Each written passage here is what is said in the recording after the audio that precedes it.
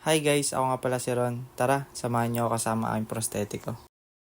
So yun guys, palabas na nga pala kami ng bahay ni Otoy at nag-aaya na naman po si Otoy na gumala dahil naiinip na daw siya sa bahay. Sakto nakita ko yung kadancer ko nung sumasayaw pa ako. Kaya sa kanya na kami sumakay para magpahatid sa kaibigan namin. Shoutout sa'yo, Boss Eman. At pagkasundo namin sa kaibigan namin, umalis na rin kami agad. Sorry guys, mahihayin po kasi kaya hindi po marunong humarap sa camera. Huminto na nga muna pala kami sa 7-Eleven dahil nagugutom na daw si Otoy at gustong bumili ng pagkain. Habang namimili si Otoy, nakita na naman niya yung favorite niya na iced coffee. Pagkatapos namin bumili sa 7-Eleven, dumiretso na ulit kami sa sakayan ng jeep papuntang SM. Andito na nga pala kami at sobrang traffic. Total, malapit naman na din kami. Bumaba na nga din pala kami para lakarin na lang. Kasi baka abutin pa kami ng umaga kung hihintayin namin umusad ang trapiko. Uy, bero lang. Pinagilid ko na nga din pala si Otoy at baka masagasaan. Dahil hindi niya pa alam kung gaano kadelikado ang mga sasakyan dito sa Pilipinas. So ayun guys, natatanaw na namin yung SM. Sa wakas pagkatapos na isang oras na biyahe,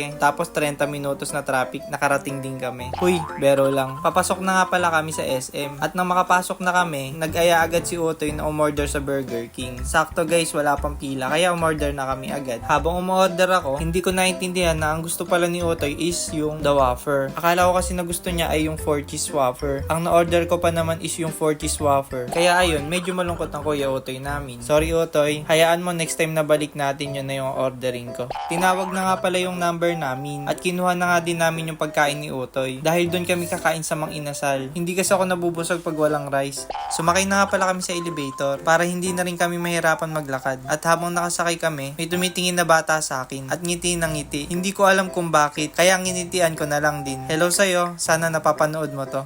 Pagkarating namin sa second floor, pumunta na kami agad sa Mang Inasal. Namiss ko yung chicken nila dito guys. Sobrang lasa kasi. Pagkatapos ko umorder, naghintay muna kami ng 15 minutes. Akala ko isi-serve na lang nila yung food sa amin. Self-service na pala ngayon sa Mang Inasal. Ang tagal ko na din kasing hindi nakakain dito. Kaya pinuntahan ko na din para kunin yung order namin. Pagkatapos ko kunin yung order namin, tara guys, kain na tayo. Mukhang makakasampung rice na naman ako neto. Huy, bero lang. Makapag-workout na nga ulit. Pagkatapos namin kumain at magpahinga, lumibot muna kami saglit at pumunta ulit sa sports zone. Nauuna na nga pala si Otoy dahil larong-laro na daw siya ng basketball. Habang naglalakad kami, kinukwento niya yung last time na punta niya sa sports zone sa Gapan. Mukhang mas malaki at mas marami daw ang pwedeng laruin namin dito compared dun sa Gapan. Magpapapalit na nga pala kami ng token at tinanong ko na din si ate kung ano yung magandang promo. So binigyan niya ako ng tips para mas madami yung makuha namin token. Pagkatapos namin magpapalit, matik sa basketball agad ang punta namin. Si Otoy na nga muna pala ang pinaglaro ko at nagpahinga muna ako saglit dahil nakangawit na rin yung pa ako. Naglibot muna kasi kami bago kami pumunta ng sports zone. After niya maglaro ng basketball, ito naman yung nilaro niya at nagulat ako dahil nakuha na naman niya yung jackpot. Last time na uwi niya kasi dito sa Pinas, nakailang beses din siya nakakuha ng jackpot sa laro na to. Pagkatapos niya maglaro, nagpapalit na nga muna ulit ako ng token. Hindi ko alam kung bakit ang bilis maubos ng token ni Otoy. Pagkatapos ko magpapalit ng token, hinaya ko na ulit si Otoy na maglaro ng basketball dahil ito yung hilig namin laruin pag pupunta kami sa sports zone. Tinry ko na nga din pala to. Grabe ang malas ko talaga sa gentong laro. Parang 2 tickets lang ata yung nakuha ko. Kaya umalis na din kami agad. So yun guys, naghahanap na nga rin pala kami ng pwede pa naming laruin. Wala na kasi kami maisip na pwede pa naming laruin. Dahil halos lahat ata na laro na namin. Hindi ko na nga din pala na video yung iba pa naming laro. Kasi nalobat na yung cellphone ni Otoy. Buti na lang dala namin yung power bank niya. Hanggang sa may nakita ako na sure na magugustuhan ni Otoy. Ayaw niya talaga laruin to guys. Napagtripan ko lang din si Otoy at napilit ko lang din siya. Dahil wala na rin kami maisip na iba pa naming pwedeng laruin. Sayang nga hindi niya nabit yung high score.